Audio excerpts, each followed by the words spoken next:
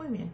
Bueno, pues entonces seguimos hablando sobre las características de la literatura mexicana y dentro de las características también podemos ver que en muchas ocasiones los autores escribieron sus historias para que de esa forma pudieran hacer un llamado a la reflexión, es decir, autores que provenían a lo mejor de una vida campesina, autores que venían a lo mejor de un entorno difícil de pobreza, autores que venían de colonias populares de nuestro país, que venían de lugares de la frontera, que han pasado por todos estos procesos, también forman parte de las características de esta literatura. Entonces, la literatura mexicana no comenzó sino hasta el siglo XVIII. Entonces, antes del comienzo de la colonia ya existían distintas descripciones literarias prehispánicas, ¿ok? Y de la propia elaboración colonial en las historias y crónicas de autores como Sahagún, etcétera, etcétera, ¿no? Entonces no fue sino hasta los últimos años de la colonia cuando se empezó a exponer críticas y se realizaron estudios historiográficos enfocados en la actividad literaria. Entonces la primera obra literaria fue y se llamó La Biblioteca Mexicana y se escribió por Juan José Eguiara y Eguren, así se llamaba, Eguiara y Eguren, la cual empezó en el año de 1735 y se publicó en el año de 1755. Y bueno, pues esta biblioteca mexicana expresaba una reacción en contra de España y de Europa en general sobre la literatura americana. De eso se trataba estos textos. Entonces, pues es interesante saberlo, ¿no? Entonces, dentro de los periodos de la literatura mexicana tenemos los siguientes. Número 1, periodo prehispánico. Y en el periodo prehispánico, pues entonces hablamos ahora sí de aquellos textos o producciones que venían del mixteco, del maya y del náhuatl, de estas civilizaciones. La civilización mexica dejó una gran cantidad de tablillas, cerámicas, pinturas, huesos y libros que portaban esas representaciones pictográficas del área oaxaqueña.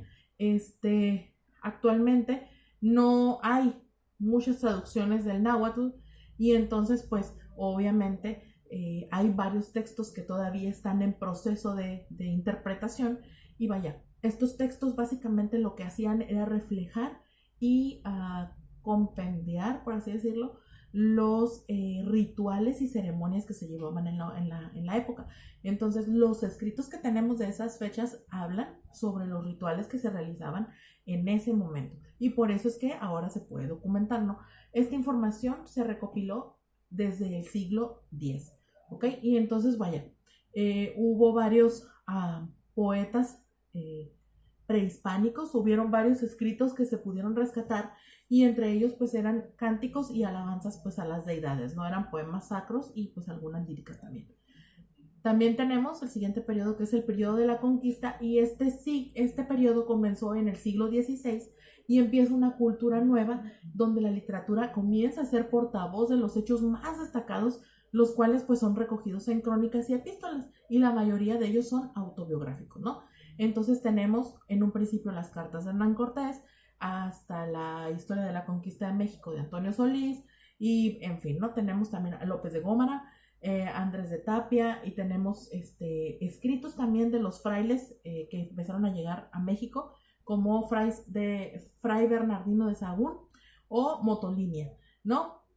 Ellos también estuvieron escribiendo. Entonces podemos encontrar también de Bernardo Balbuena y Pelayo, que fue considerado como el primer poeta genuinamente americano. Y entonces ahora sí brincamos ya al siglo XX. Y bueno, pues en el siglo XX obviamente tenemos una experiencia más modernista y positivista que fueron haciendo pues el camino hacia lo que ya estamos conociendo en este momento. Dentro de la literatura modernista empezamos en el porfiriato hubo una lucha que se llamó Rebeldía de los Jóvenes del Ateneo, que eran liderados por el dominicano Pedro Enríquez Ureña, y el Ateneo de la Juventud planteó una modificación total y dio un impulso nuevo a la vida cultural. Esta revolución se llevó a cabo en el año de 1919 y obviamente originó a diferentes tendencias y formaciones artísticas en todos los niveles. Las revistas comenzaron a tener un auge mayor y nació de ahí un grupo que se llamó de los 100 sabios, ¿no? Y entonces, pues aparecieron movimientos de vanguardia y apareció también el estridentismo o los grupos de los contemporáneos como una forma de revista homónima, ¿no?